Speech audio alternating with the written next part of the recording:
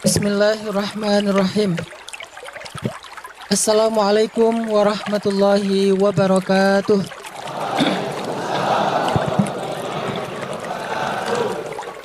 Alhamdulillahi rabbil alamin. Alhamdulillahilladzi arsala rasulahu bil huda wa dinil haq liyudhhirahu 'alad dini kullih wa kafa billahi shahida. Asyhadu an la ilaha illallah wahdahu la syarikalah wa asyhadu anna Muhammadan abduhu wa rasuluhu la nabiyya ba'dah. Allahumma shalli wa sallim wa barik ala sayyidina Muhammad wa ala alihi wa sahbihi wa man tabi'ahu ila yaumil qiyamah. Rabbi shrah li sadri wa yassir li amri wahlul 'uqdatan min lisani yafqahu qawli. Pertama-tama yang kita hormati dan kita muliakan Kanda kita, para tokoh-tokoh pemuda yang ada di hadapan kita pada malam ini. Ada Kanda Randi Zulmaryadi Rudi. Kemudian ada Kanda Suhadi. Kemudian ada Kanda Metra, ini Bapak Metra, maaf Pak, ini Bapak Metra Dinata, Ketua DKM Masjid Bukit Indah Sukajadi. Kanda ya? Oh, sekretaris ya? Ini salah nyatet nih. Dan khususnya di sini ada guru kita juga, sahabat saya, adik saya, Ustadz Taki Malik, Masya Allah, lagi ada di sini. Nanti gantian aja beliau tausiah, saya pengen dengerin. Ke depan Ustadz, mangga Ustadz.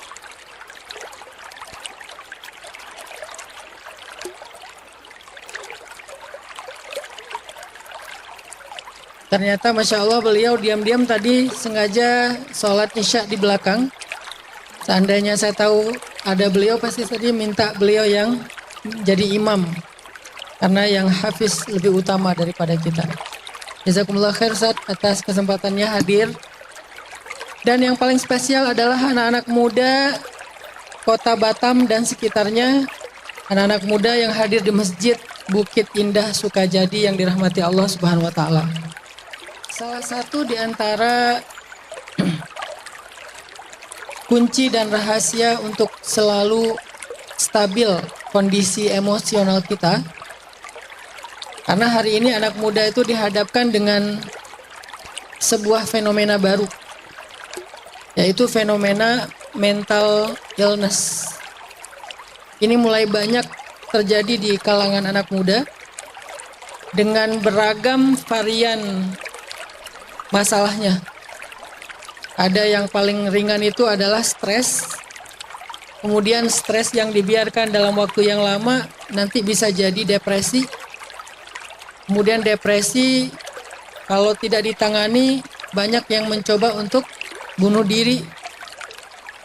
Kemudian ada juga yang swing mood, yaitu bipolar disorder.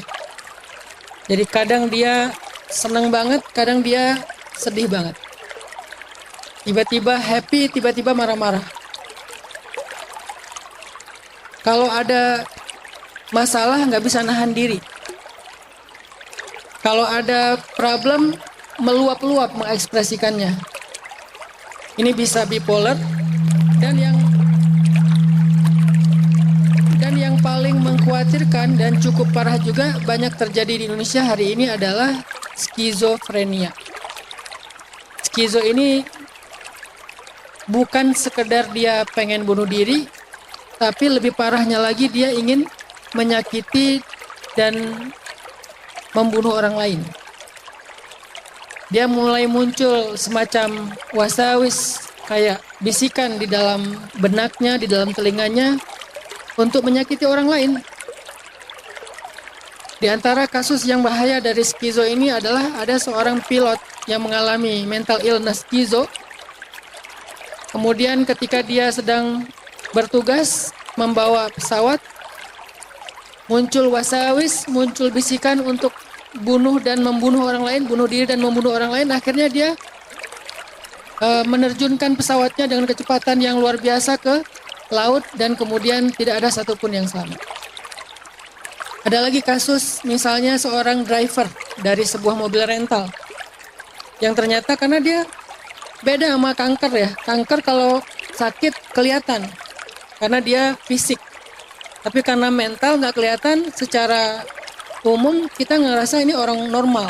Ternyata dia skizo. Ketika dia di jalan tol kecepatan sekitar 100, 110, 120, ada truk lagi berhenti karena mungkin bocor ban atau apa, muncul wasawis, tabrakin truk. Akhirnya dia nabrak truk tersebut. Ada yang luka-luka, ada yang meninggal, dan seterusnya. Hari ini, Indonesia, terutama anak muda, menjadi sebuah harapan yang sangat luar biasa bagi masa depan Indonesia. Kita mengalami bonus demografi di mana anak muda Indonesia dalam mulai tahun ini 2030-2035 menjadi populasi yang paling potensial, mayoritas, dan luar biasa di Indonesia. Beda banget dengan Jepang.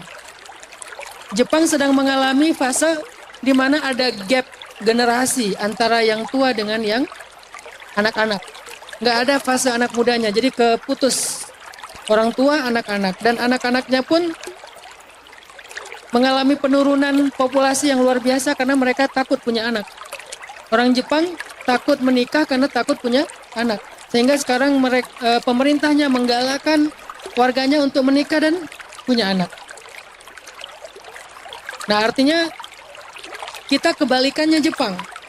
Jepang sedang mengalami problem kurangnya pemuda, Indonesia sedang mengalami bonus pemuda. Makanya saya selalu senang sejak awal pulang dari Mesir. Amanah dari guru saya adalah membuat program dakwah ke anak muda. Kenapa? Karena saya bukan cuma dakwah pengen ceramah. Tapi bagi saya dakwah itu adalah sebuah visi. Saya ingin memberi sedikit kontribusi saya untuk Indonesia. Tetapi bukan untuk hari ini. Untuk 10, 15, 20 tahun ke depan. Yaitu dengan mengajak anak muda menjadi lebih dekat kepada Allah Subhanahu wa Ta'ala. Atau kalau bahasa umumnya mengajak anak muda lebih positif. Kalau bahasa dakwahnya mengajak anak muda lebih dekat kepada Allah, yaitu hijrah. Sehingga ketika anak muda ini sudah hijrah, dekat ke masjid, mencintai Al-Quran, tidak pernah meninggalkan sholat, belajar akidah, belajar syariah, otomatis dia akan menjadi orang yang impactful terhadap masyarakat secara positif. Otomatis dia akan menjadi orang yang rahmatan lil alamin, bermanfaat, menjadi kebaikan bagi banyak orang. Ini adalah harapan besar Indonesia 10 sampai 20 tahun ke depan. Karena saya adalah harapan dari guru saya sekitar 20 tahun yang lalu.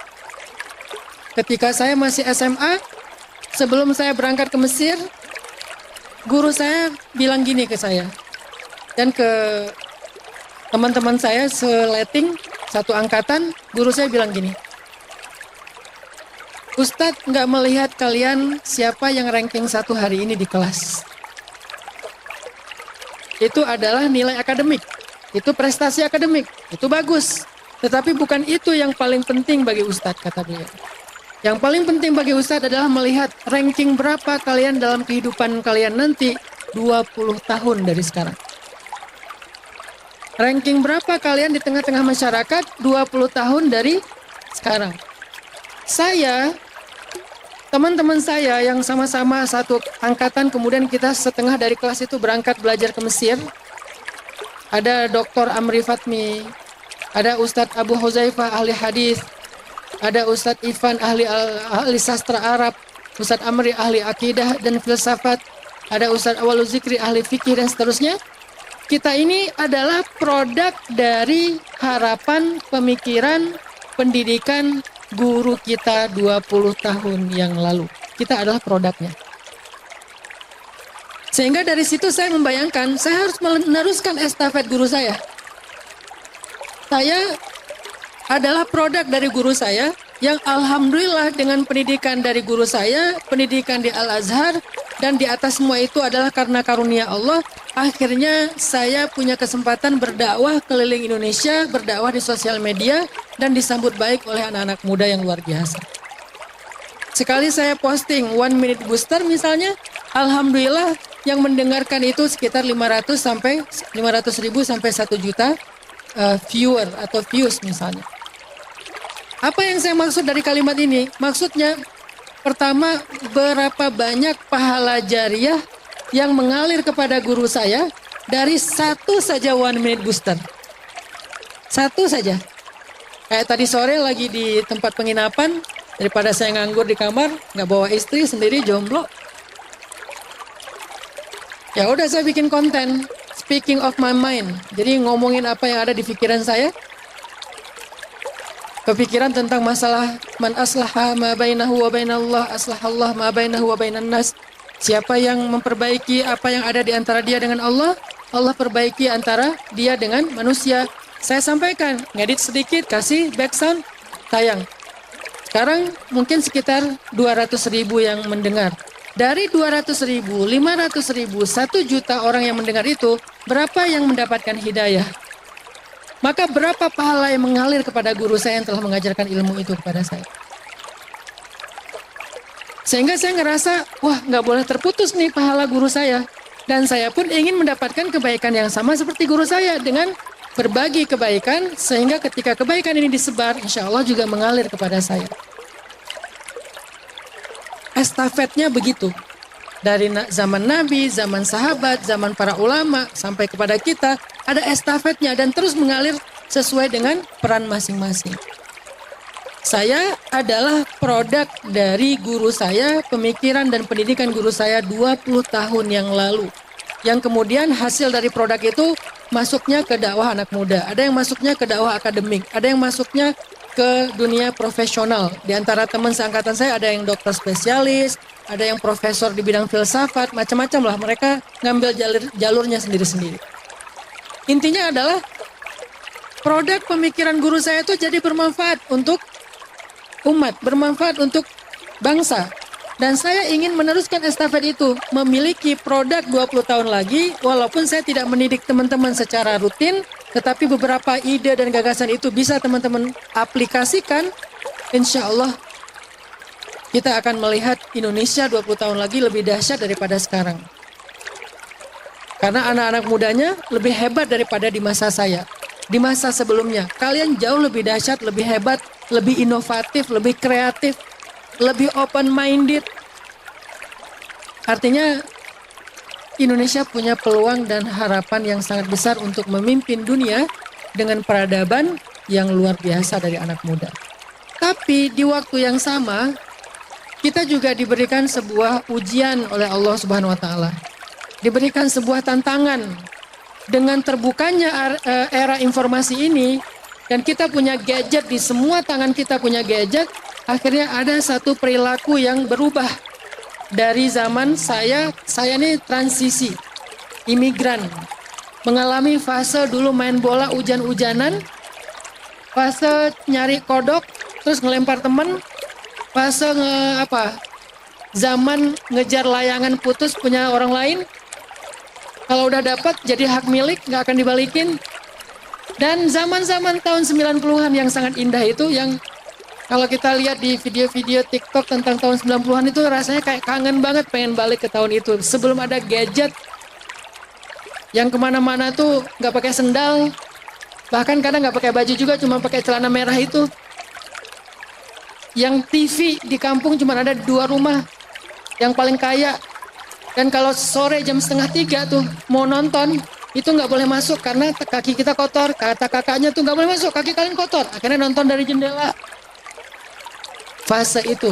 Tapi juga kemudian masuk ke fase adanya gadget, adanya sosial media. Sehingga saya ngerasa kayak banyak para peneliti psikologi juga menjelaskan ada pengaruhnya kepada behavior, perilaku dengan adanya sosial media yang sangat terbuka, yang sangat instan dan seterusnya. Salah satu di antara problem era sekarang adalah problem mental issue. Di zaman kita dulu, Masalah ada, tapi kita nggak kayak, mungkin nggak mudah stres ya.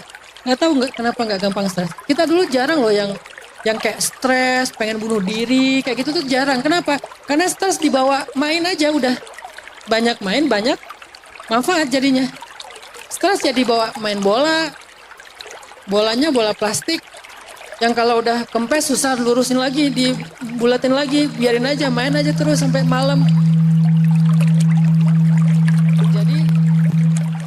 Jadi teman-teman, tantangan anak muda hari ini adalah tantangan isu mental. Itu salah satu yang sangat mengkhawatirkan, yang salah satu yang sangat darurat. Hari ini anak muda banyak. Kenapa saya tahu? Karena saya penasehat salah satu yayasan yang dibangun oleh keluarga saya sendiri, yayasan non-profit sama sekali, khusus menangani pasien mental. Kita banyak mengambil pasien-pasien mental yang mengerikan keadaannya. Anak muda SMP, kelas 2 SMP, kena mental, depresi gara-gara dibully di sekolah. Awalnya jadi diem, nggak ngomong, akhirnya nggak mau sekolah, nggak mau keluar kamar. Lama-lama nggak nyambung, mulai halu sama orang tuanya karena orang tuanya tidak well educated, nggak ngerti tentang penanganan mental, dikira kelainan jiwa, dianggap ODGJ. Supaya nggak lari dari rumah, supaya nggak ganggu orang lain, dipasung. Bertahun-tahun dipasung. Ada yang bahkan maaf, saking sudah tidak lagi diperlakukan seperti memperlakukan manusia, dipasung sekian tahun, ini anak yang kena mental ini sampai berperilaku tidak lagi seperti manusia, kayak hewan. Makan kotoran sendiri. Kalau mandi udahlah, nggak mandi bertahun-tahun. Tapi kan mereka adalah orang yang sebetulnya punya hak untuk ditolong. Mereka nggak bisa ngomong, tolong saya nggak sakit, saya sebetulnya hanya sedang stres, nggak bisa ngomong. Orang tua mereka orang yang tidak terpelajar, sehingga nganggapnya ya udah ini anak kelainan jiwa, mungkin diguna-guna orang, mungkin kenapa tiba-tiba dia gila, dipasung. Kita ambil 1, 2, sekarang mulai banyak nih yang kita ambil, rata-rata anak muda. Kita rehab, kita kenalkan mereka kepada para psikiater, psikolog, terapis, Islam, ustadz, belajar ngaji. Kemarin 2022 pas peringatan Hari Kemerdekaan 17 Agustus, alhamdulillah beberapa di antara mereka udah survive, udah mulai normal. Bahkan mereka kita berikan kesempatan untuk menjadi paskibra, mengibarkan bendera merah putih pada upacara kemerdekaan.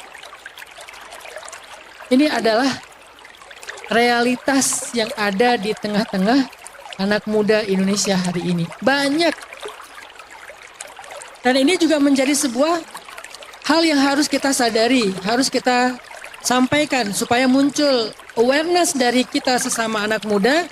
Kadang kita menyepelekan hal ini. Kita kayak ngeledekin teman kita, ngebully teman kita. Mungkin ngebulinya di sosmed misalnya atau di grup misalnya. Tapi kita nggak pernah tahu apa dampaknya kepada dia. Kan ada tuh artis Korea yang bunuh diri gara-gara dibully di sosmed kan? Dia belum ditaruh di Indonesia.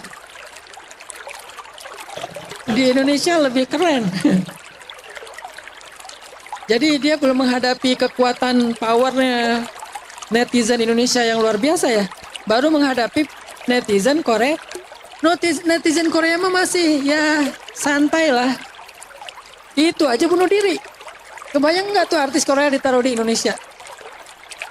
Artinya kita nggak pernah sadar loh teman-teman. Gimana dampak dari komen kita, dampak dari postingan kita, dampak dari repost kita, dampak dari broadcast kita di grup, atau sekedar kita nge-replay, kita nggak pernah sadar dan itu dampaknya bisa merusak mental saudara kita, teman kita yang lain.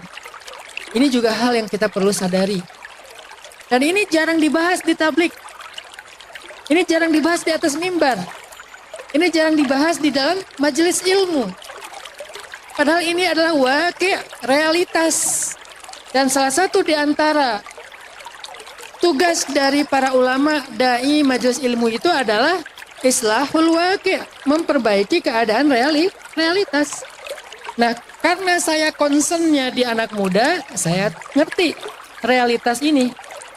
Sehingga saya perlu merasa menyampaikan kepada teman-teman anak-anak muda yang hebat-hebat di sini tentang ini adalah masalah besar yang sedang terjadi dan terus kayak kayak bola liar dan bola salju yang semakin lama menyebar kemana-mana dan semakin besar. Sehingga dalam masalah ini, dalam isu mental, saya ingin menyampaikan dua hal. Yang pertama, bagaimana kalau kita yang jadi orang yang sedang mengalami itu? Mulai dari tingkat yang paling sederhana, stres aja. Kenapa stres? Banyak faktornya. Bisa karena diputusin, bisa juga karena emang gak diputusin, ditolak. Diputusin lebih berat, ini cuma ditolak doang. Kalau diputusin udah dikasih harapan, terus ditinggalin ya. Ini nggak dikasih harapan, ditolak. Ditolak, diputusin, ditikung sama teman sekos-kosan. Atau kadang-kadang kita hanya stres gara-gara ditanya kapan nikah. Udah nikah, kapan punya anak, itu aja bikin stres. Kalau di kota-kota besar gara-gara masalah macet bikin stres. Hektiknya jadwal bikin stres. Banyaknya pekerjaan bikin stres. Deadline yang luar biasa bikin stres. Beberapa perusahaan dengan tower tinggi di Jakarta, ada beberapa semacam sosial eksperimen dibikin di sosial media. Ternyata di gedung-gedung pencakar langit yang ada di Jakarta, itu kalau kita masuk ke kantor-kantor atau kayak co-working space di sana, itu di toilet itu banyak yang nangis. Kenapa? Saking stresnya dengan kerjaan, dia nggak bisa nangis di ruang kerjanya, dia masuk ke toilet, pura-pura mau misalnya hajat, di dalam toilet itu nangis. Dan itu fenomena sosial yang luar biasa sekarang terjadi. Walaupun alhamdulillah Batam nggak seperti Jakarta lah ya, jadi lebih santai, alamnya masih hijau, kemudian dekat laut, walaupun laut juga bahaya sih. Tinggal loncat ya, nggak muncul-muncul lagi misalnya. Ya maksudnya bisa olahraga dan seterusnya. Artinya, tapi tetap bagaimana kalau kita yang mengalami masalah mental, mulai dari level paling ringan, yaitu stres, kecewa, sedih. Bagaimana kalau keluarga kita yang mengalami masalah mental, walaupun level yang paling ringan, adik kita sendiri, pasangan kita, anak kita, orang tua kita, kakak kita, gimana cara kita menangani ini atau memberikan sebuah langkah preventif mencegah? Gimana caranya? Ini poin pertama. Maka sebagai seorang dai, saya bukan ulama, hanya dai biasa. Yang saya ingin berbagi dengan teman-teman untuk mencegah dan menguatkan mental kita. Salah satu yang paling berpengaruh untuk menguatkan mental seseorang itu adalah ats-tsiqah billah. Percaya, yakin, berpegang, berpasrah, berserah kepada Allah. Itu yang paling berpengaruh pada kita. Sehingga kalau misalnya kita kuat sikohnya kepada Allah. Selanjutnya saya nggak akan terjemahin lagi ya. As-sikoh artinya percaya, berpegang, yakin, pasrah, tawakal dan seterusnya. Ini varian yang sangat luas. Semakin kita sikoh kepada Allah, itu tuh kita tuh seperti pohon yang akarnya itu lebih panjang daripada batangnya, sehingga badai angin apapun tidak akan menumbangkan pohon itu. Badai sosial media, badai mantan, badai kerjaan, badai pemilu, badai apalagi sosial, badai karir, badai apalagi, apapun badainya nggak bikin kita tumbang. Mungkin goyang ya, namanya juga kena angin, tapi nggak akan tumbang. Apa akarnya? Akarnya tuh thiqah billah. Di mana akar itu tumbuh? Di dalam hati. Bukan di sini, bukan di sini, bukan di sini, tetapi di dalam hati. Bahkan bukan di sini. Bukan di pakaian. Bukan di sini. Tasbih. Dia tumbuhnya di dalam hati. Sehingga kalau misalnya kita mau memeriksa apakah saya punya akar yang kuat, jangan periksa ininya. Jangan periksa ininya. Jangan periksa pakaiannya dulu, penampilannya dulu, lisannya. Tapi masing-masing coba periksa hatinya sendiri-sendiri. Tidak untuk menilai orang lain, karena kita nggak mungkin menilai isi hati orang kan. Sehingga no judgment, kita nggak menghakimi orang lain. Coba periksa hati kita, seberapa kuat kita yakin kepada Allah. Sehingga ketika kita yakin kepada Allah, apapun situasinya, musim panas, musim dingin, musim hujan, musim kemarau, ini pohon tetap berdiri tegak, bahkan dia terus berbuah kullahinin biizni rabbiha, setiap waktu dengan izin dari Rabbnya. Asluha thabit, akarnya kuat. Makanya selama 2 tahun terakhir kan saya cukup serius juga belajar tentang living with the nature ya. Karena bikin pesantren alam, saya belajar lagi tentang pohon, tentang hutan, tentang tanah. Ada satu buku judulnya The Miracle Life of Plant. Keajaiban kehidupannya tanaman atau pohon.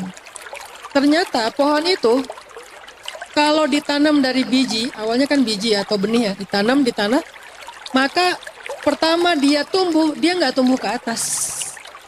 Pertama dia tumbuh ke bawah dulu. Sehingga orang yang nggak ngerti tentang dunia farming, dia akan ngerasa ini kenapa nggak tumbuh-tumbuh sih? Udah seminggu saya nanam biji ini, kok nggak kelihatan daunnya, kok nggak kelihatan batangnya? Karena pohon itu secara fitrah tumbuhnya ke dalam dulu, ke bawah dulu. Baru kemudian kalau bawahnya udah bagus, udah siap, udah kuat, baru tumbuh ke atas. Begitu juga harusnya seorang manusia mukmin. Kata Allah, asluha tsabit. Tumbuh dulu ke dalam kalau mau kuat. Ke dalam mana? Tanahnya, wadahnya apa? Wadahnya adalah hati.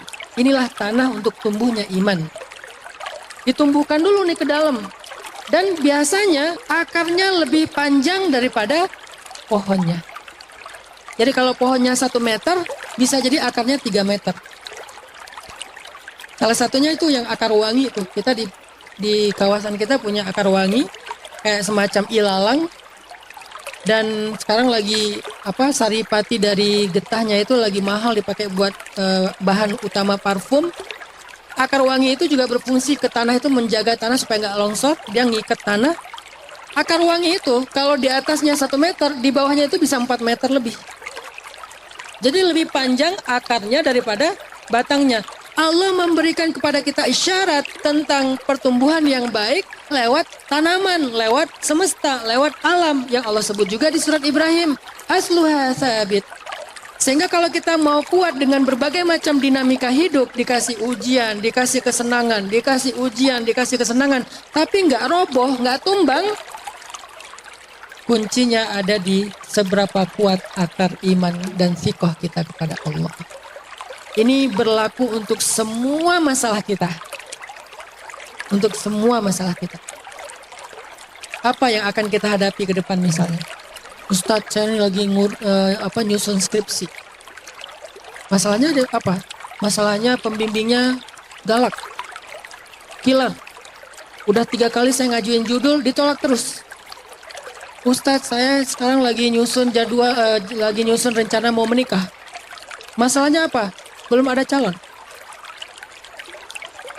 Ustadz, saya sekarang lagi ada masalah pengen masuk ke legislatif misalnya. Masalahnya apa?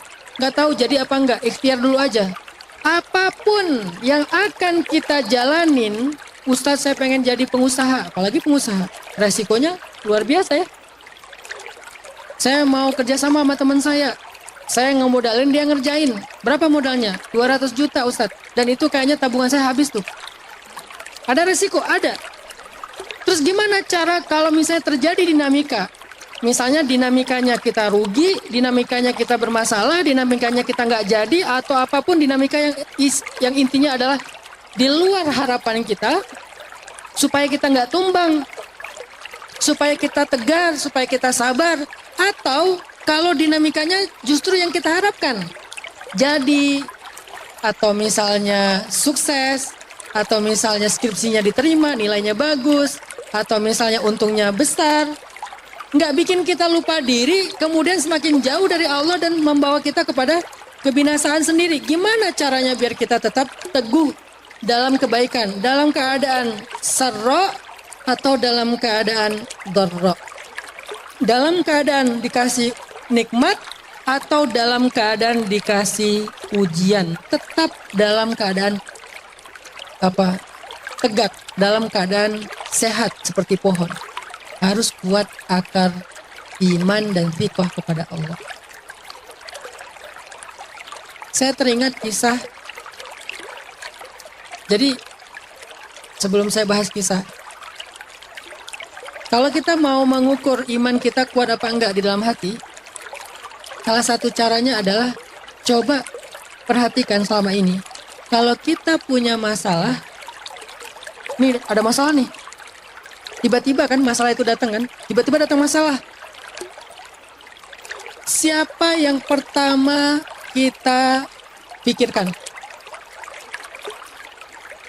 Yang langsung spontan ya, bukan setelah sejam, 2 jam. Spontan. Ada masalah, teng langsung. Siapa yang pertama kita pikirkan? Atau apa yang pertama kita pikirkan? Bisa orang tua, bisa juga masalah itu sendiri, bisa juga pembuat masalahnya, bisa juga orang-orang yang kita harapin bisa nolongin kita. Pertanyaannya, pernah nggak Allah menjadi yang pertama kali sebelum yang lain terpikirkan ketika kita ditimpa masalah saat itu juga? Disitulah iman, teman-teman. Dan disitulah jalan keluar, disitulah kita bisa survive.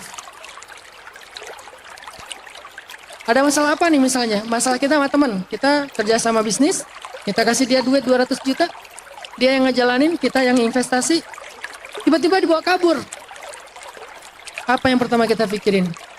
Polisi? Pengacara? Atau nomor kontaknya?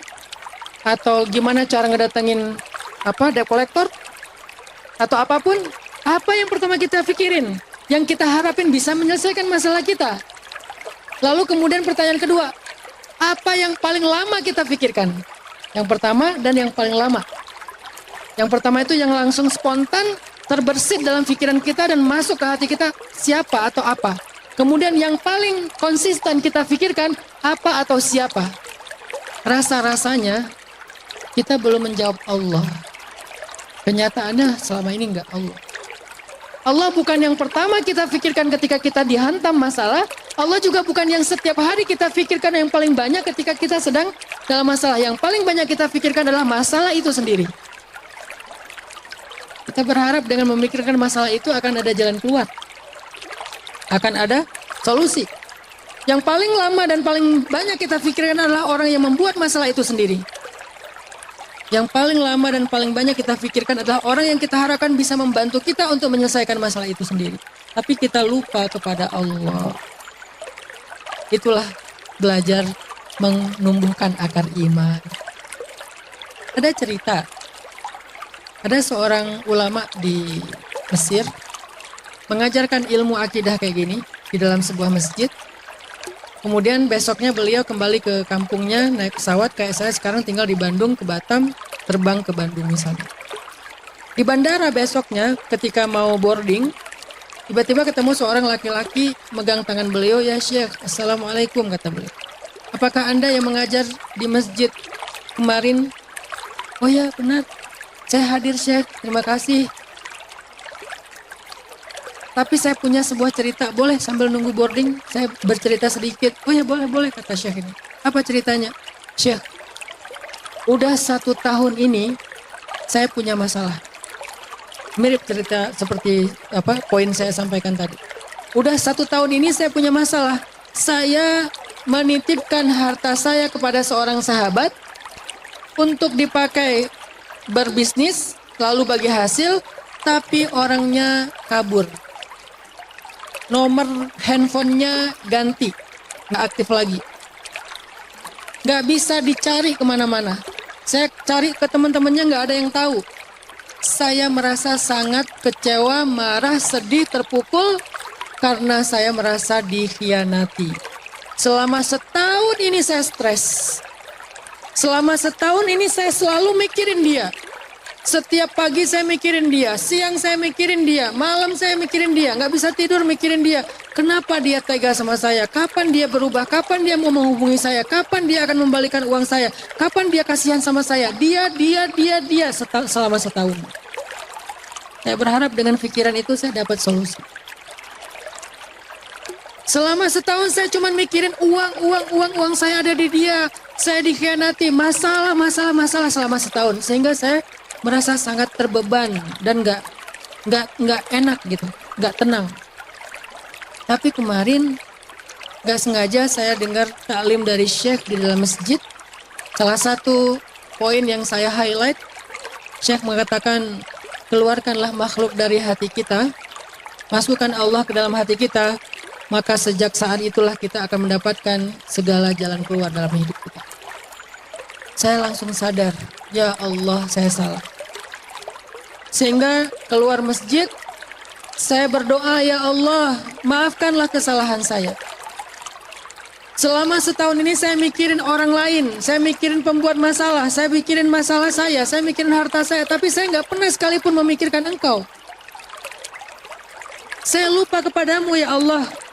Saya sibuk mikirin makhluk, tapi lupa dengan Engkau. Ya Allah, maafkan saya. Astagfirullahaladzim. Ya Allah, saya serahkan urusan saya kepadamu. Saya nggak akan mikirin dia lagi. Saya akan memikirkan Engkau. Saya berharap kepadamu. Saya akan memperbaiki hubungan denganmu. Baru ngomong, belum ngejalanin. Pas masuk mobil, tiba-tiba ada yang nelpon, nggak dikenal nomornya, diangkat. Assalamualaikum, waalaikumsalam. Saudaraku, aku adalah sahabatmu yang setahun lalu meminta uang darimu untuk kerja sama bisnis. Maaf, aku khilaf.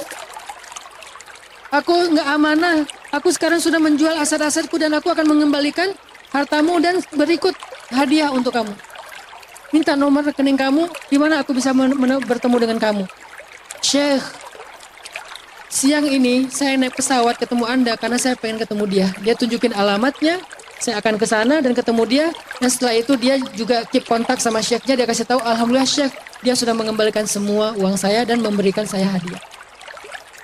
Baru sebentar saja dia memikirkan Allah, Allah langsung tunjukkan keajaiban. Tapi setahun dia mikirin manusia, tidak ada satupun yang terjadi dalam hidupnya. Jadi kekuatan mental kita dalam menghadapi dinamika apapun dalam hidup kita itu ada di sini. Bukan di sini. Ini tuh supporting system kalau bahasa anak muda sekarang. Ada, alhamdulillah. Kurang, nggak apa-apa. Karena ini bukan intinya. Manusia adalah supporting. Ada mereka, alhamdulillah, Allah yang mendatangkan mereka kepada kita. Tapi bukan mereka intinya. Semua mereka ini, mau dia adalah harta, mau dia adalah manusia, semua itu adalah wasilah, media, jalan, sebab. Tetapi sumbernya satu, Allah Subhanahu wa Ta'ala. Makanya,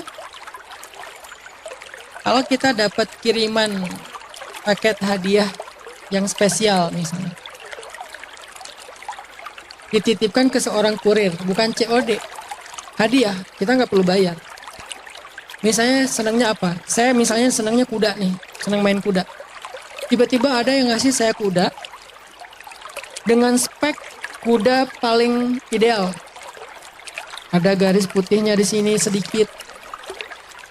Kemudian ada kayak semacam apa ya? Yang di kepala kita tuh kayak apa? Kayak pusaran itu. Kayak ubun-ubun gitu ya. Bukan ubun-ubun sih. Itulah pokoknya apa? Ya unyeng-unyeng ya. Ada di sini di leher, itu tanda-tanda kuda bagus. Yang paling lebih kelihatan lagi adalah kakinya, 3 dari kakinya itu ada kaos kaki. Tapi satu nggak punya kaos kaki, yaitu kaki kanan depan. Nggak ada kaos kaki. Yang lain ada kaos kaki putih. Ngasih ke saya misalnya, warna kudanya tuh sangat bold, hitam banget. Kirim ke saya lewat seorang supir truk, karena dikirim pakai truk. Dikirim hadiah kuda untuk Ustaz Hanan karena ulang tahun. Kira-kira yang paling besar rasa penghargaan dan terima kasih saya ke supir truk atau kurirnya atau kepada yang mengirimnya? Kepada yang mengirimnya. Walaupun saya tetap bilang makasih kepada kurir, udah nganterin dalam keadaan yang tidak ada yang cacat. Saya bilang makasih kepada si abang supir truknya.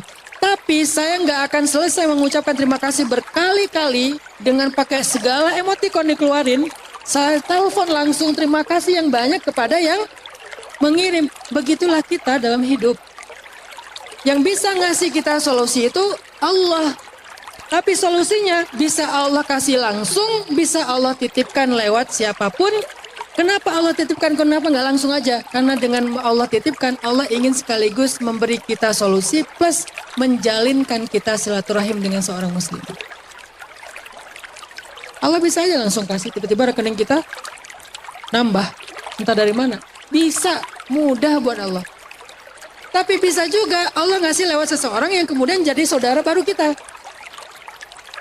Kalau Allah ngasih langsung, kita nggak punya tambahan saudara. Allah udah ngasih, dikasih kebaikan bonus, yaitu persaudaraan. Sehingga kita jadi akrab sama seseorang. Jadi saling berukhuwah, bersaudara, saling membantu. Walaupun sebetulnya yang mengirimkan kita kebaikan itu bukan dia cuma bawain.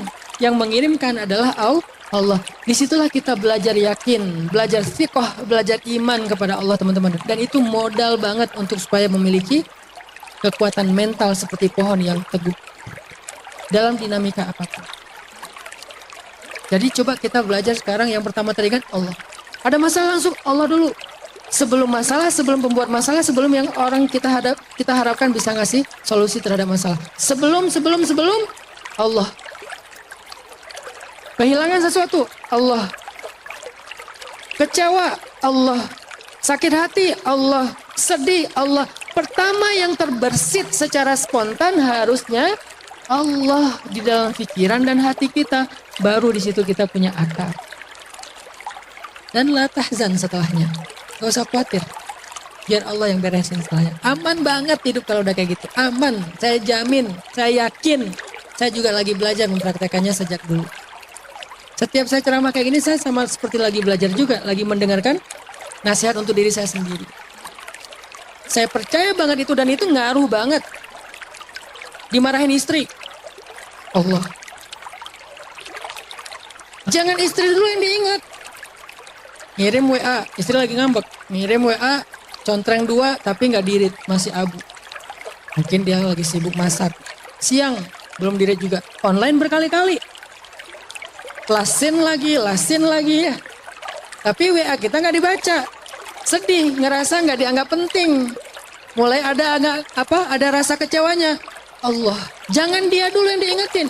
Kenapa ya dia kayak gitu? Dia nggak ingat ya kalau aku tuh sayang banget sama dia, bla bla bla bla bla bla. Jangan bayangin mukanya dia dulu. Coba bayangkan dulu kebaikan Allah. Karena kalau udah makhluk dulu yang masuk ke hati kita, udah berubah tuh. Kita labil.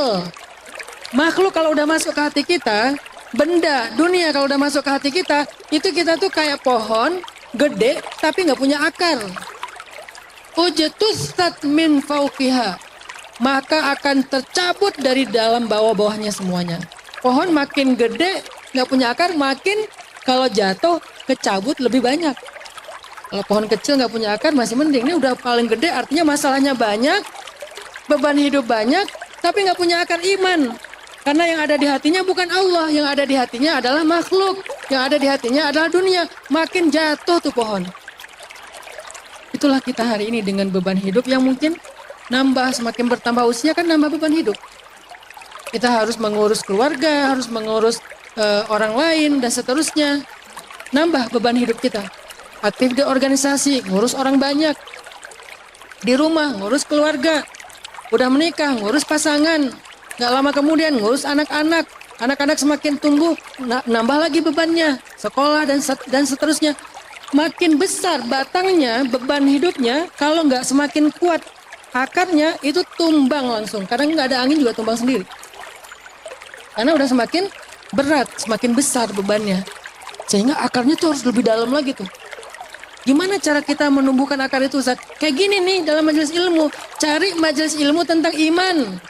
Bukan majelis perdebatan, bukan majelis yang saling mencela dan menjatuhkan, yang bisa nambah iman kita. Kita datang ke sini capek-capek kan bukan untuk pakai kaca pembesar ngelihat kesalahan orang lain. Pengen pakai cermin ngelihat kesalahan diri sendiri biar kita bisa tumbuh imannya.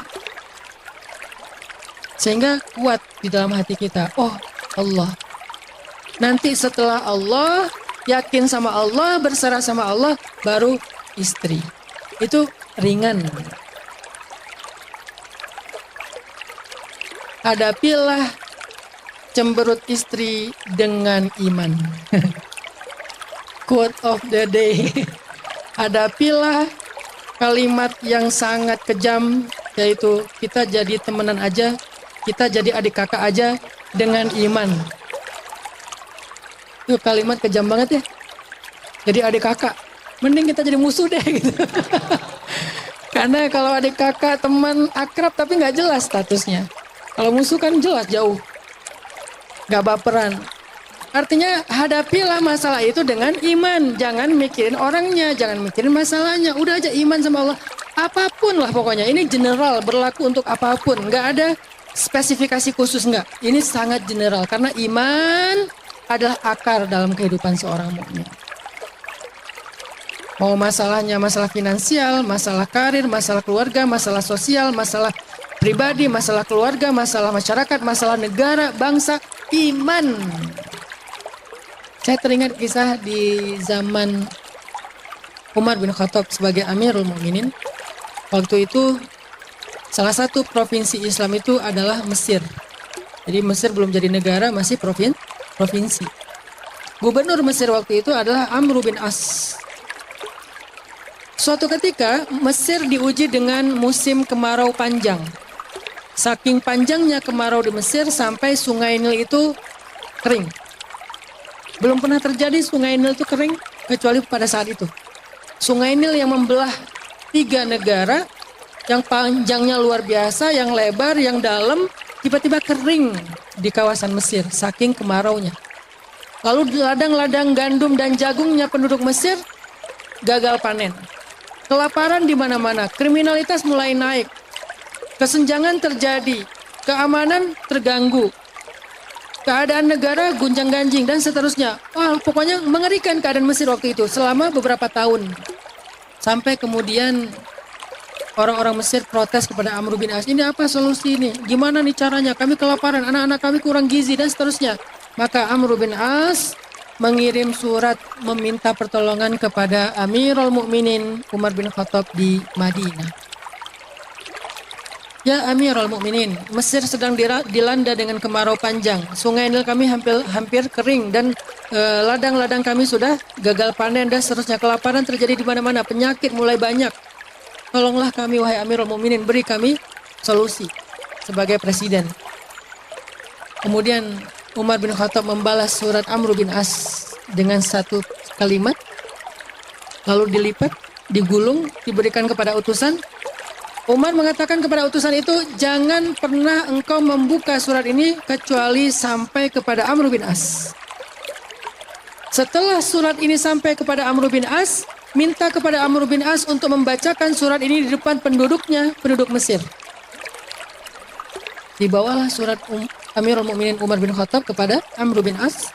Sampai di sana diserahkan kepada Amr bin As, katanya jangan dibuka kecuali di depan penduduk Mesir sekalian dibacakan.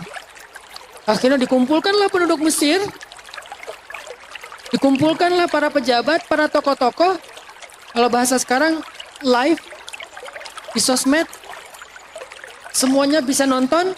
Dibukalah surat dari Umar bin Khattab, dibaca, isinya adalah doa. Jadi isinya tuh bukan, coba kamu bikin program ini, coba kamu bikin, bukan. Isinya adalah doa. Doanya seorang Umar bin Khattab. Apa doanya? Ya Allah, turunkanlah hujan kepada hamba-hambamu penduduk Mesir. Sesungguhnya engkau adalah sebaik-baik pemberi rahmat. Dibacakan oleh Amr bin As surat doanya Umar bin Khattab. Seketika itu juga Mesir mendung tebal dan turunlah hujan lebat sampai sungai Nil mereka penuh dengan air. Ladang-ladang mereka juga terisi dengan air. Selesailah masalah penduduk Mesir. Di sini saya tidak bilang bahwa kalau gitu udahlah kita doa rame-rame aja, nggak usah bikin program dan seterusnya. Bukan, kita nih lagi ngomongin masalah hati. Kita nggak ngomongin masalah syariat, lagi ngomongin masalah akidah. Syariatnya kan Islam itu sempurna dengan 3 itu. Pertama akidah, kedua syariat atau fikih, ketiga suluk ataupun akhlak. Kalau salah satunya kurang ya belum sempurna Islam kita. Nah, kita lagi ngomongin iman sekarang. Walaupun secara syariat kita bekerja, secara syariat kita berusaha, secara syariat kita melakukan banyak hal, berjuang, berkorban bahkan secara syariat. Tapi semua itu tidak boleh menjadikan kita jadi percaya kepada sebab, kepada cara. Biarkan tangan kita yang memegang cangkul, tapi harapan kita tetap di hati kita kepada Allah, bukan kepada cangkul. Jadi kita sekarang lagi belajar hakikat, teman-teman, bukan belajar syariat. Walaupun dua-duanya harus dijalankan secara bersamaan. Jangan ditinggalkan syariat gara-gara hakikat, akhirnya zikir doang gak bekerja. Tapi jangan juga pure syariat lupa hakikat. Hakikat cuman basa-basi doang. Kan selama ini gak seimbang. Dan ketidakseimbangannya kalau boleh jujur lebih kepada syariatnya daripada hakikatnya. Apa syariatnya? Ya ikhtiar, ya bekerja, ya berusaha. Sehingga ketika kita udah mentok, kita mulai putus asa. Soalnya perhitungan kita perhitungan cari syariat. Menurut rumus syariat ini ke 1 tambah 1 jadi 2. Ya udah kalau nggak bisa ditambah 1 nggak akan ada 2 tuh. Itu menurut rumus ilmiah syariat. Tetapi bukankah ada hakikat bahwa Allah itu ala kulli syai'in qadir, maha kuasa atas segala sesuatu, nggak ada yang nggak bisa buat Allah. Ayat yang tadi saya baca di sholat Isya, cerita Nabi Uzair ketika bertanya, bagaimana Allah menghidupkan negeri yang sudah hancur ini? Tiba-tiba Allah tidurkan Nabi Uzair, tertidur. Di sebelahnya ada keledai, sebelahnya ada roti. Pas bangun, datang malaikat kepada Nabi Uzair bertanya, "Kam labis? Berapa lama engkau tidur di sini?" Dia berkata, "Yauman au ba'da yaum." Sehari atau setengah hari mungkin rasanya. Kata malaikat, "Enggak, tapi sudah 100 tahun." Walaupun kamu sudah tidur 100 tahun, coba kamu lihat di sebelahmu. Rotimu masih hangat. Belum kering, belum rusak. Roti kan lebih cepat rusak kan? Rotimu masih hangat, susu di sebelahnya masih segar, belum basi. Tapi coba lihat ke sebelah satunya lagi. Keledaimu sudah menjadi tulang belulang. Jadi yang satu Allah kekalkan, yang satu Allah fanakan. Yang satu Allah jadikan bertahan selama 100 tahun, padahal dia lebih mudah basi.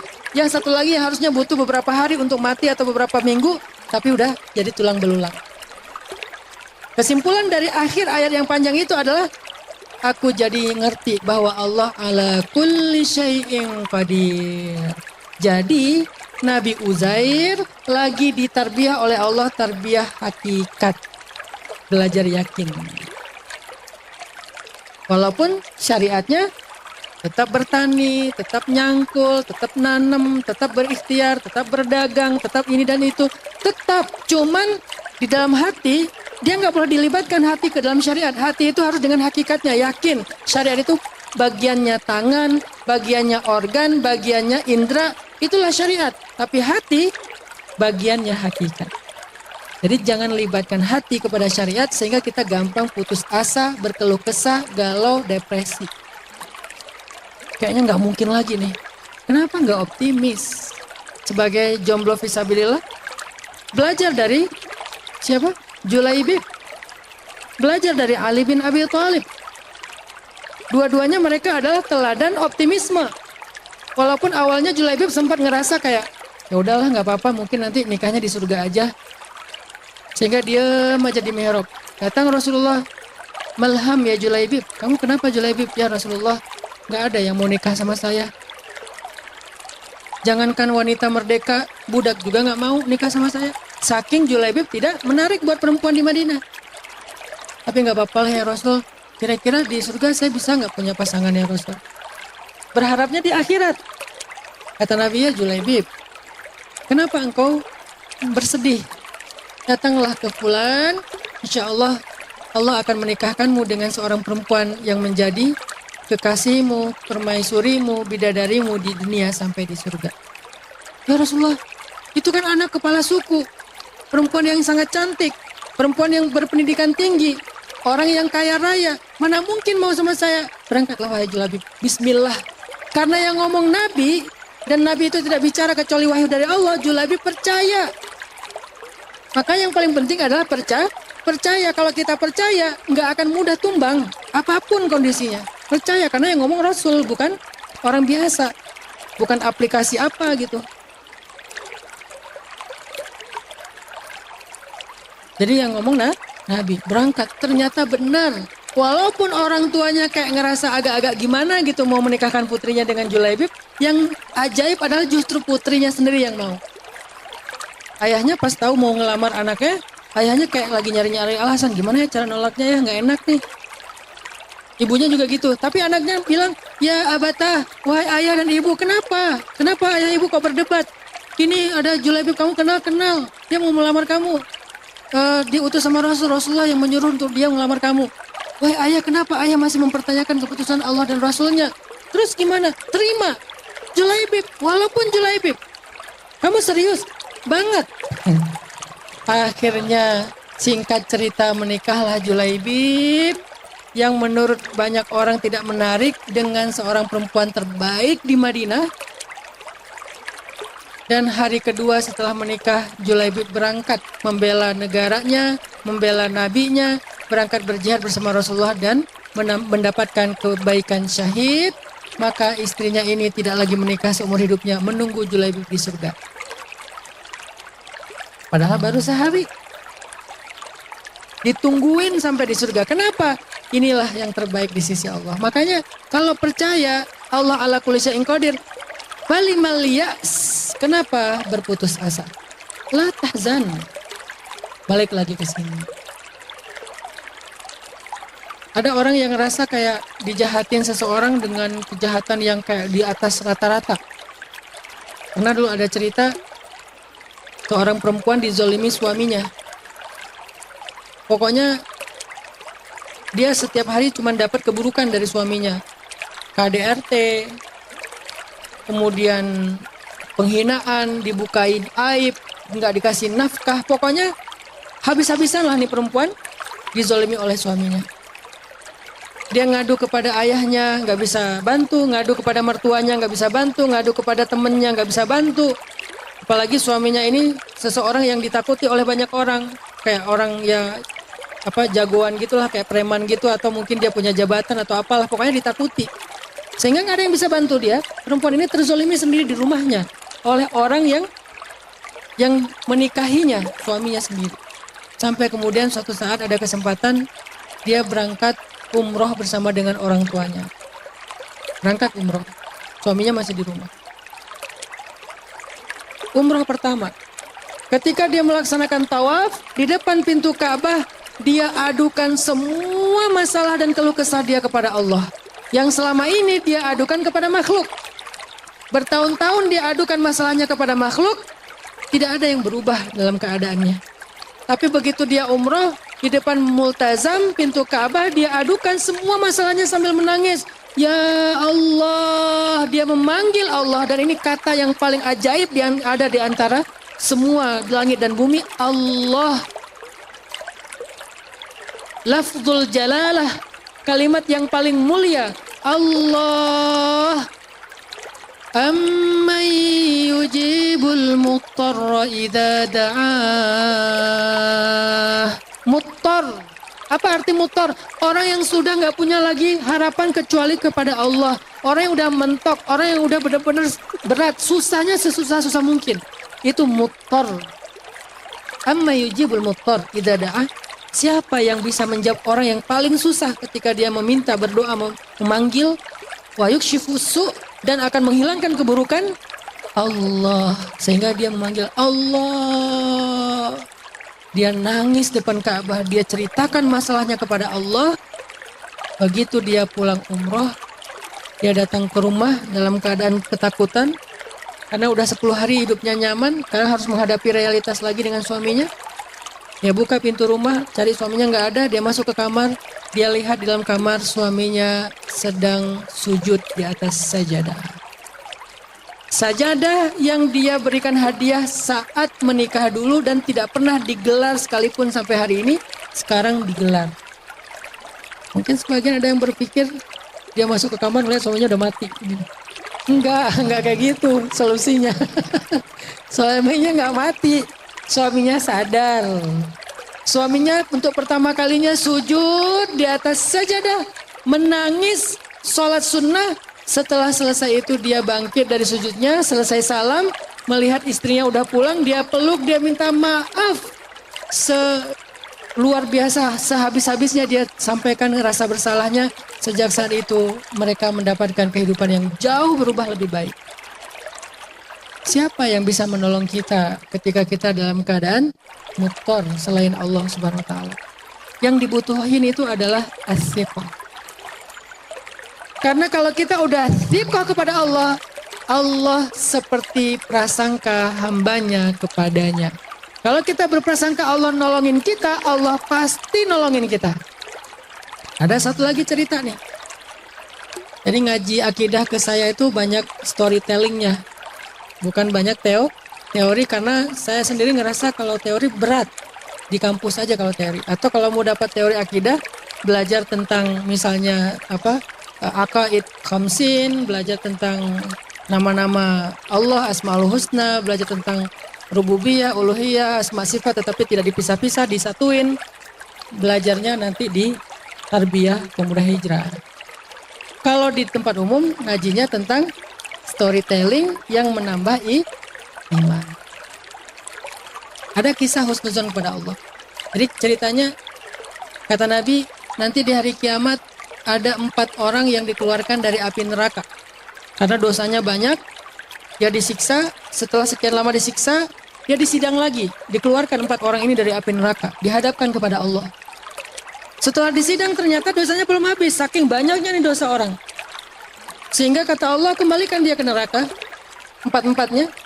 Ketika mereka digiring oleh malaikat untuk dikembalikan ke dalam api neraka, salah satu dari 4 orang ini noleh ke belakang menghadap Allah dan mengatakan, "Ya Rabbi, ya Allah, saya tidak pernah terfikir bahwa Engkau akan mengembalikan kami ke dalam api neraka.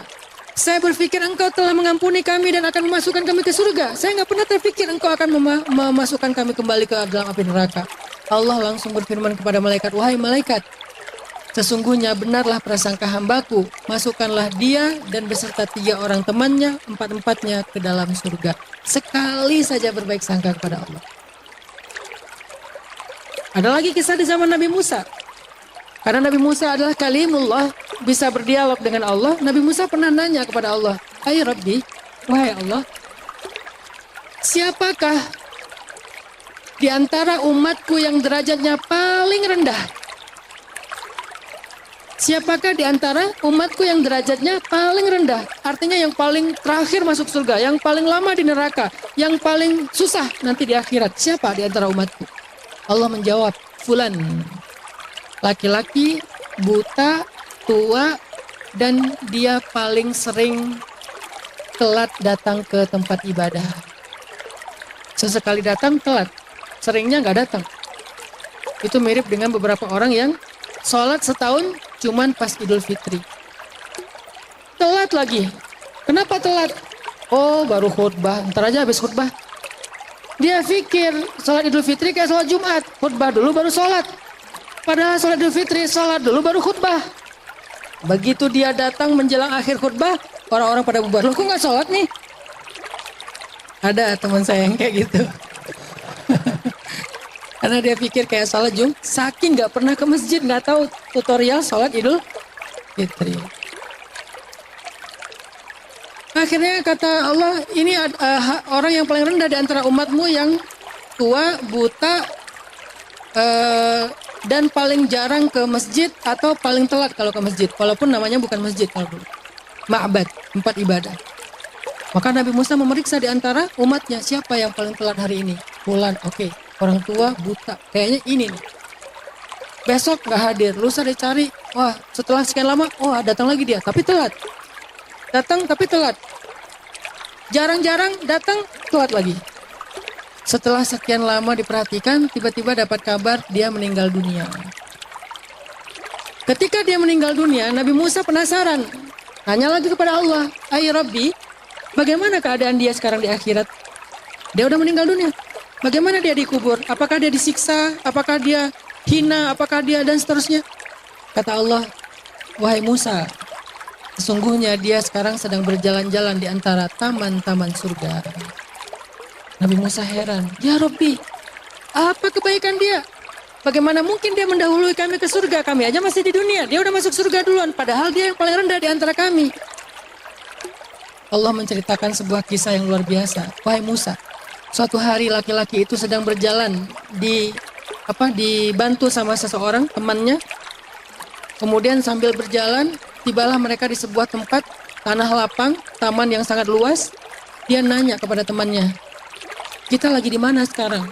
Kata temannya, "Kita ada di sebuah taman yang bagus, taman yang luas, taman yang indah, taman yang lapang. Semua yang ada di sini pasti bahagia, semua yang ke sini pasti happy."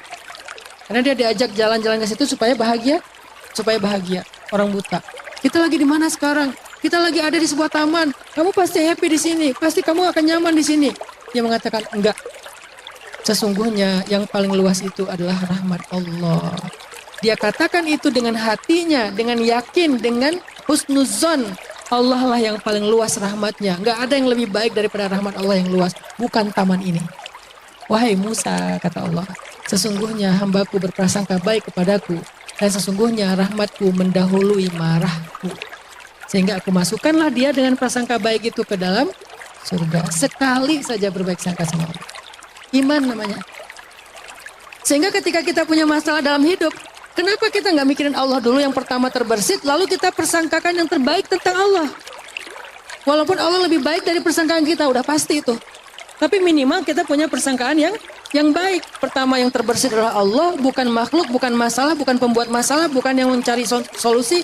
Allah dulu, terus yang baik-baik tentang Allah. Pikirkan dalam hati kita, pasti Allah nggak ingkar janji. Ana inda dhanni abdi bi. Aku sesuai dengan prasangka hambaku kepadaku. Itu yang disebut dengan thiqah, teman-teman. Itulah modal. "Ustadz, saya udah berprasangka baik sama Allah, kok hasilnya gini?" Itu namanya bukan berprasangka baik, itu menuntut. Beda prasangka menuntut. Prasangka itu yakin Allah itu pasti yang baik-baik. Kalau nuntut harus gini ya, kalau nggak gini nggak benar nih. Kenapa harus kayak gitu? Karena bisa jadi kalian, saya selalu ulang-ulang 2 ayat ini. Bisa jadi kalian membenci sesuatu padahal itu baik untuk kalian. Bisa jadi kalian menyukai sesuatu padahal itu buruk untuk kalian. Kok bisa gitu? Allah lebih tahu dan kalian tidak tahu. Itu modal berprasangka sama Allah. Ini pasti ada kebaikan nih. Kok jadi kayak gini ya? Oh, ada kebaikan nih. Itu prasangka namanya. Kenapa? Karena bisa jadi yang kalian gak suka itu ternyata baik. Bisa jadi yang kalian suka ternyata buruk. Maka Allah lebih tahu, kalian gak tahu. Itu prasangka yang dimunculkan. Yang cerita saya motor hilang. Kok hilang sih? Oh, bisa jadi menurut Allah pengen dikasih yang lebih gede. Allah kasih yang lebih gede. 2 lagi tuh.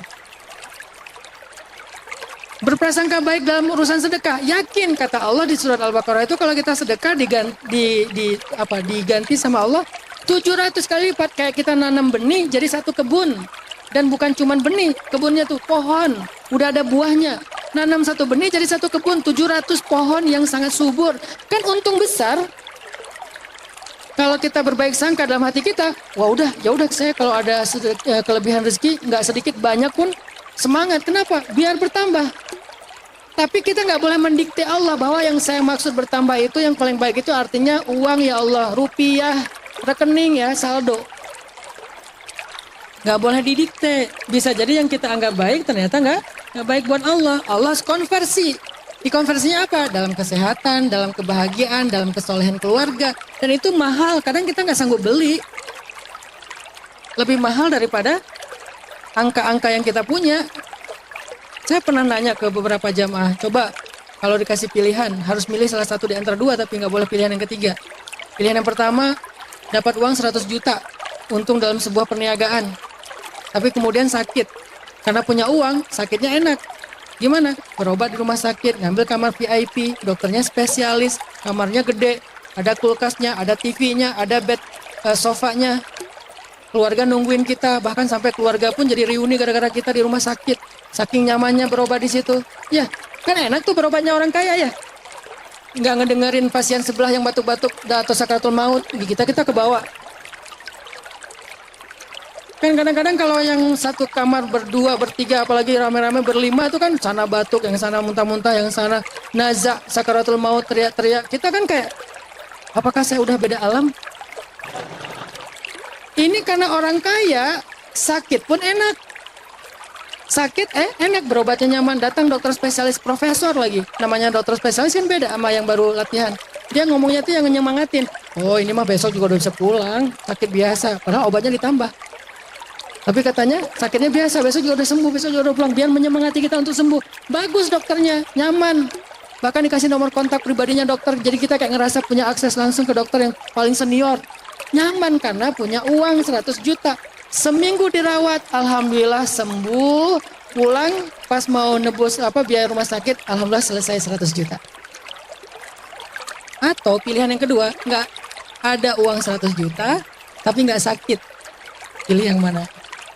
100 juta, sakit, berobat yang nyaman, sembuh, bayar 100 juta. Atau nggak ada 100 juta dan nggak sakit. Nggak ada pilihan ketiga ya, cuma ada dua. Pilih yang mana kalau kita harus memilih? Udah pasti kita memilih yang kedua lah. Kita nggak mau sakit. Dan seringnya hidup kita tuh kayak gitu teman-teman. Cuma kita aja nggak sadar. Allah nggak ngasih kita musibah, Allah nggak ngasih kita sakit, Allah nggak ngasih kita masalah keluarga, Allah nggak ngasih kita pengkhianatan dari orang terdekat. Dan itu kalau kita mau bayar, mahal. Makanya jangan ngedikte Allah. Pokoknya yakin aja yang terbaik ada di sisi Allah. Itulah namanya husnuzon. Atau bisa juga maknanya bukan sekedar Allah memilihkan yang terbaik.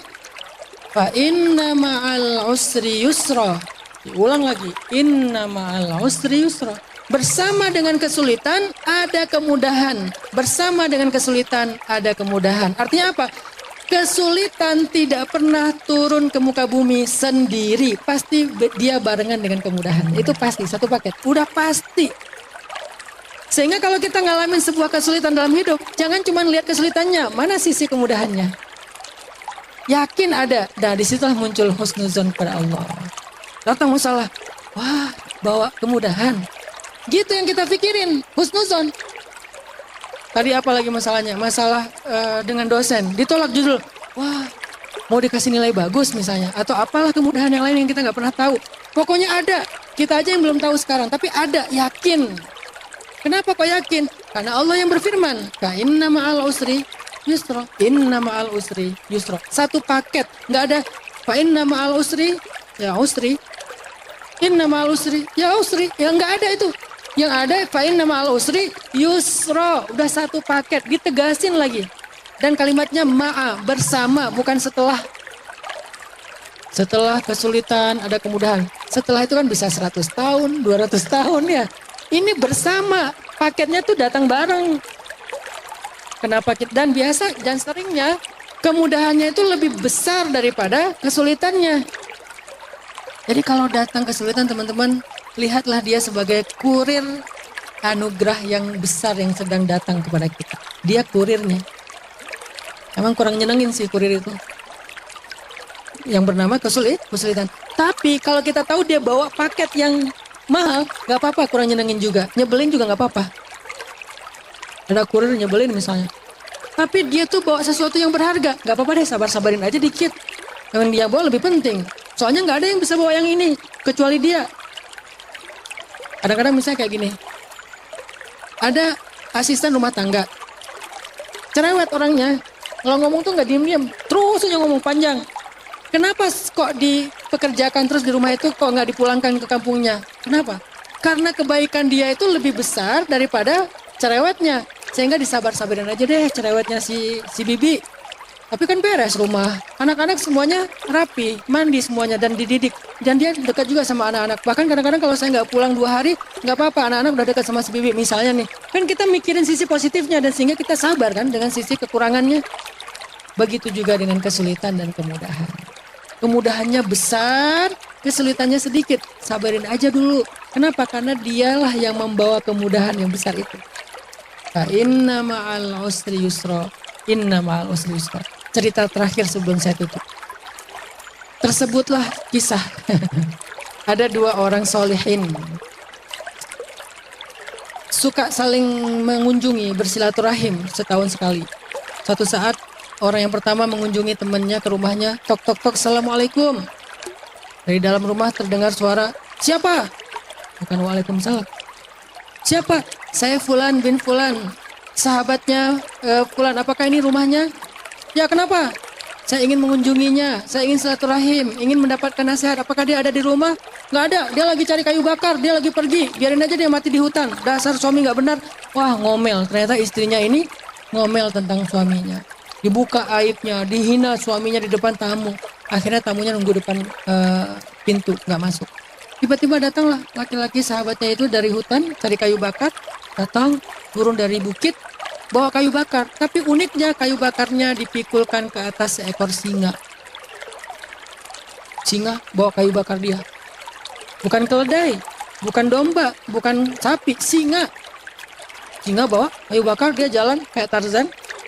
Wis gaya gitu.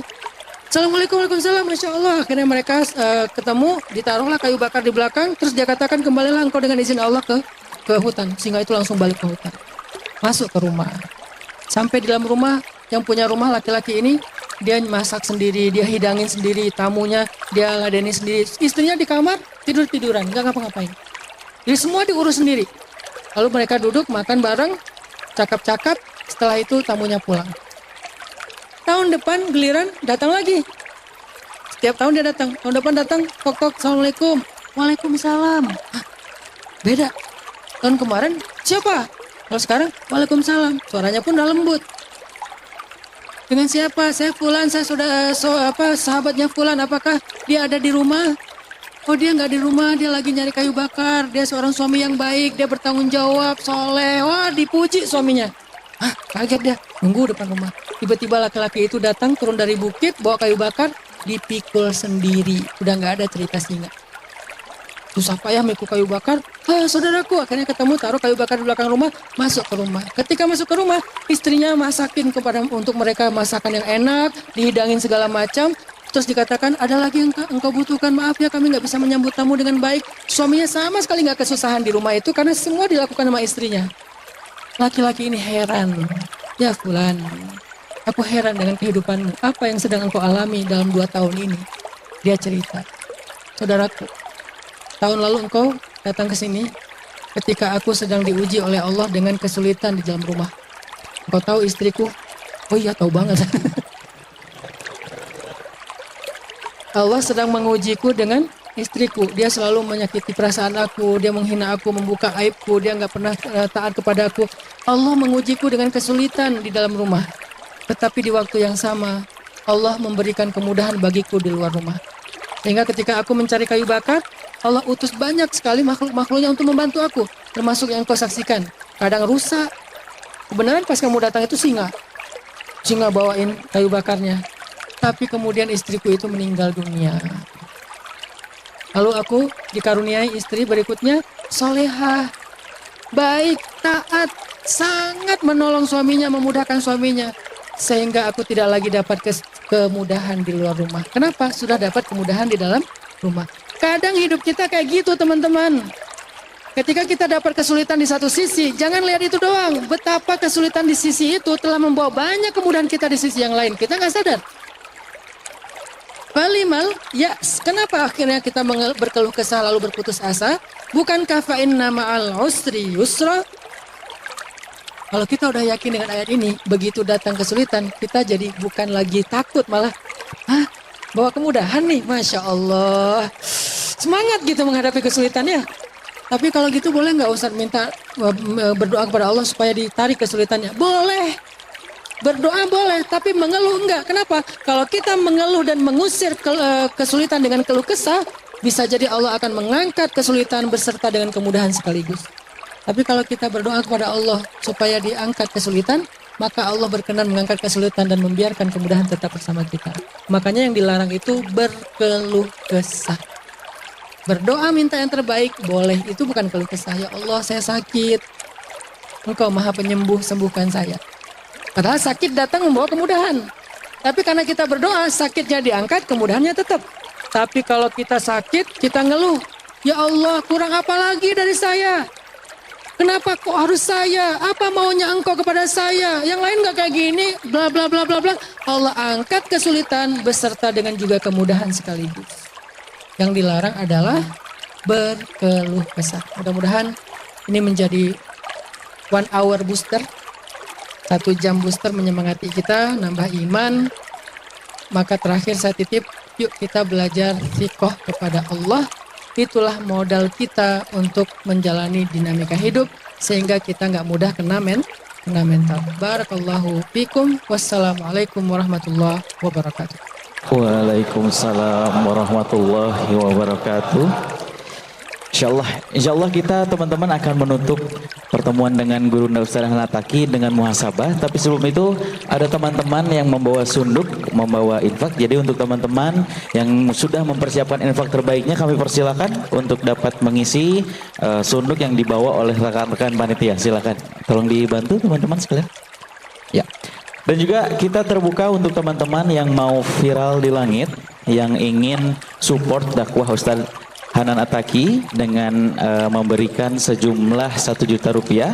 Insya Allah akan diberikan sebuah Al-Quran merchandise official dari Ustaz Hanan Attaqi dan akan ditandatangan secara langsung juga beserta merchandise official juga dari Shift Merch berupa kaos ya.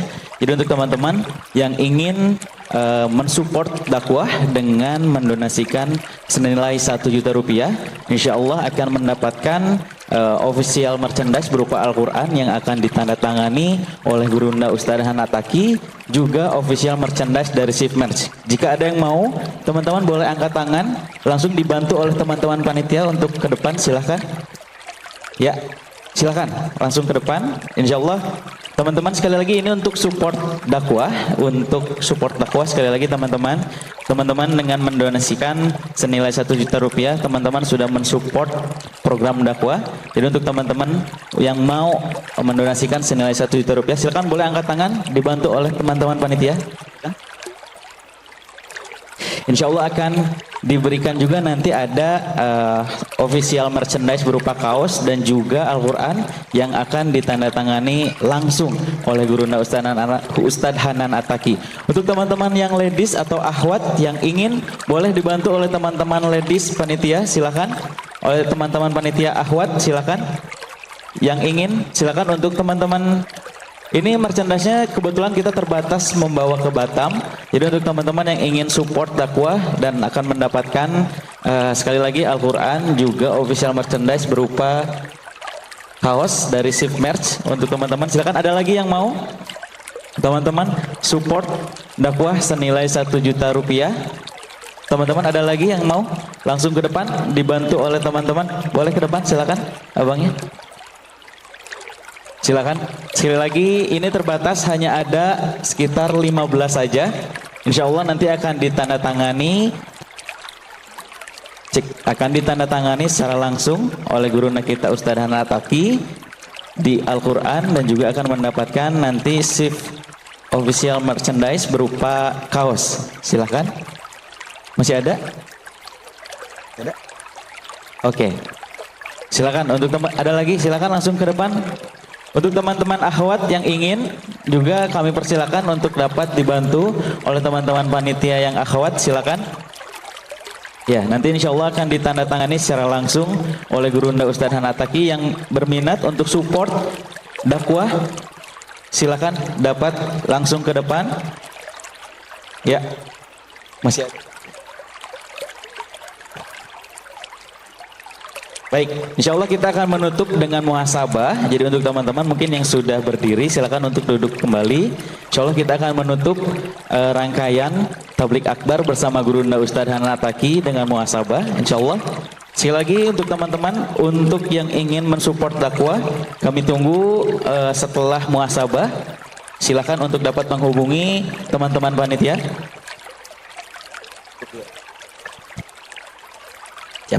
Insya Allah kita akan menutup pertemuan dengan Gurunda Ustaz Hanan Attaqi dalam tablik akbar dengan muhasabah. Pada Gurunda kami persilahkan.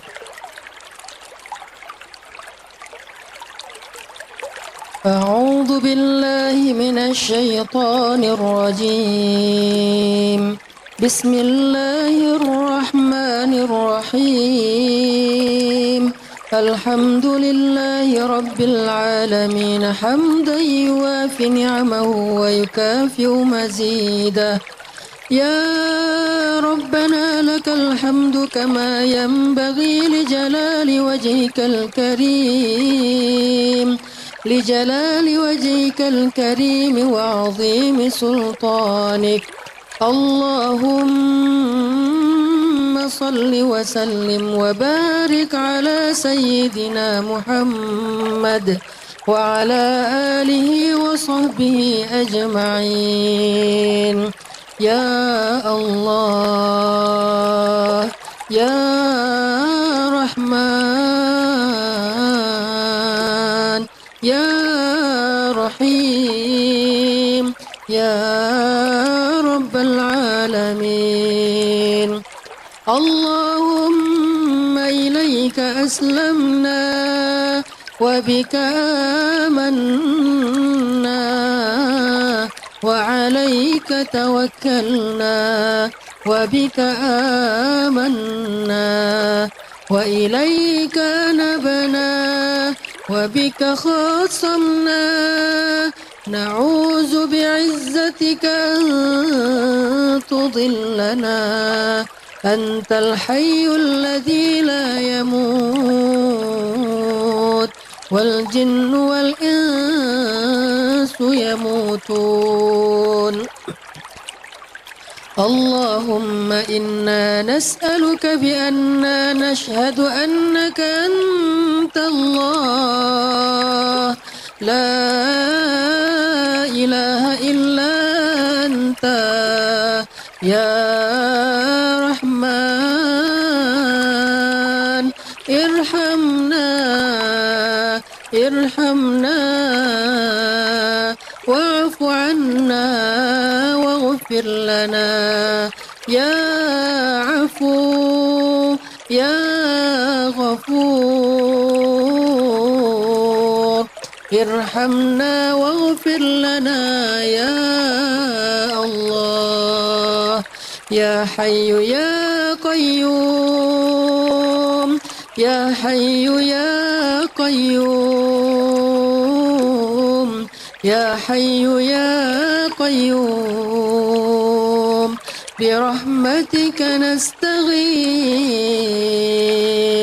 أصلح لنا شأننا كله أصلح لنا شأننا كله ولا تكلنا إلى أنفسنا طرفة عين. اللهم أعنا على ذكرك وشكرك وحسن عبادتك. ربنا آتنا من لدنك رحمة وهيئ لنا من أمرنا رشدا واجعل لنا من كل ضيق مخرجا ومن كل هم فرجا ومن كل عسر يسرا. اللهم إنا نسألك رضاك والجنة ونعوذ بك من سخطك والنار. Duhai Allah, Engkau yang maha pemurah lagi maha penyayang. Engkau yang maha pengasih, Engkau yang maha pengampun, Engkau yang maha Ra'ufun, Engkau yang maha wadudun. Ya Allah, segala kemuliaan adalah milik-Mu ya Allah.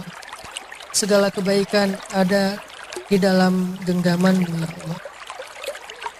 Segala kekuasaan tidak ada yang membatasi-Mu ya Allah. Engkau maha kuasa atas segala sesuatu.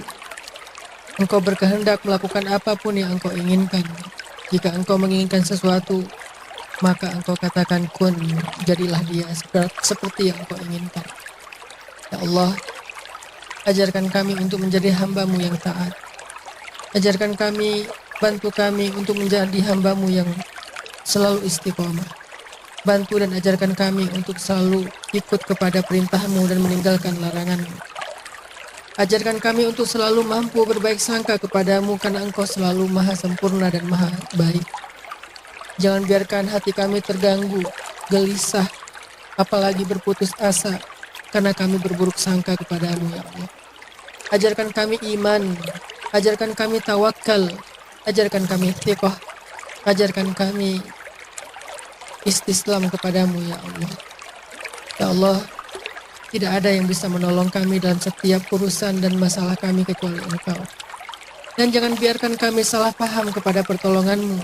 Terkadang Engkau memberikan kepada kami kebaikan, tetapi kami tidak mengerti sehingga kami menyalahkan-Mu, sehingga kami kufur kepadamu. Ajarkan kami hikmah, ajarkan kami haqiqah, agar kami tidak salah paham kepadamu ya Allah. Ajarkan kami iman, sebagaimana Engkau mengajarkan kepada Nabi-Mu Muhammad melalui malaikatmu Jibril. Ajarkan kepada kami Islam, ajarkan kepada kami ihsan ya Allah. Rabbana, beri kami hasanah di dunia, beri kami hasanah di akhirat, dan jaga peliharalah kami dari azab api neraka. Masukkankah kami ke dalam surga ya Allah. Amin, amin, ya Rabbal Alamin.